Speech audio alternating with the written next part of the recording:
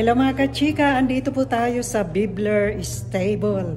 Ito po ay pagmamayari ni Mr. Bibler, isa po sa pinakamayamang dito sa Kalispell. Ito po kung saan nakalagay ang mga kabayo niya sa baba nito. Ayan. Dito po. Ito po ang stable. So, ang laki. At dito ay, ayan, tingnan niyo ang bubong. Itinayo po ito 1979 at hanggang ngayon ay nandito pa rin at naging tourist place na po ito. At mababasa po dito ang tungkol sa kanya. Andito po. Ito po siya.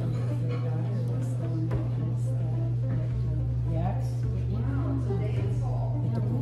Ayan siya. Sam Bibler. Patay na po siya noong 2002. So, wala na pong nakatira dito sa lugar na ito. Dinonate po niya ito sa Kalispell. Dito po. Kaya ito po ay, ayan o, pictures. Ito.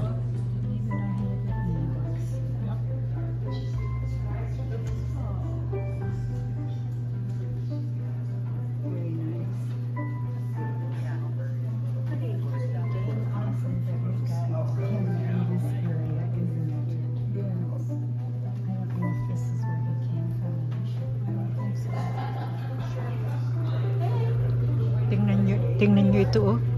Uy. Antik.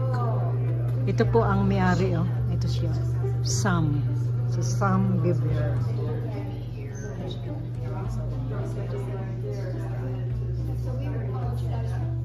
Dito ay may hagdan pababa at titingnan natin kung ano ang nasa baba. Mabuti yung alam natin lahat ang chika. So ito po, oh. Ito po ang baba ng stable. Oh, ito po. Ito po ang baba ng stable at ngayon ay wala na pong mga kabayo rito. Ito oh. Ayan po.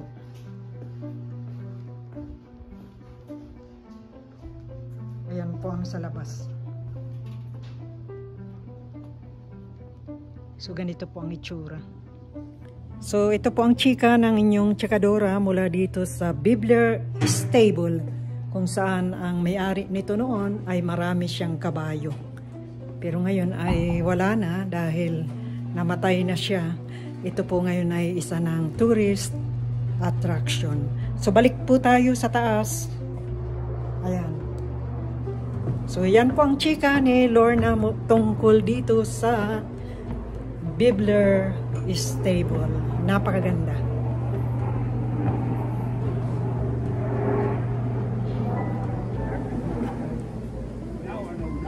Bibler Stable.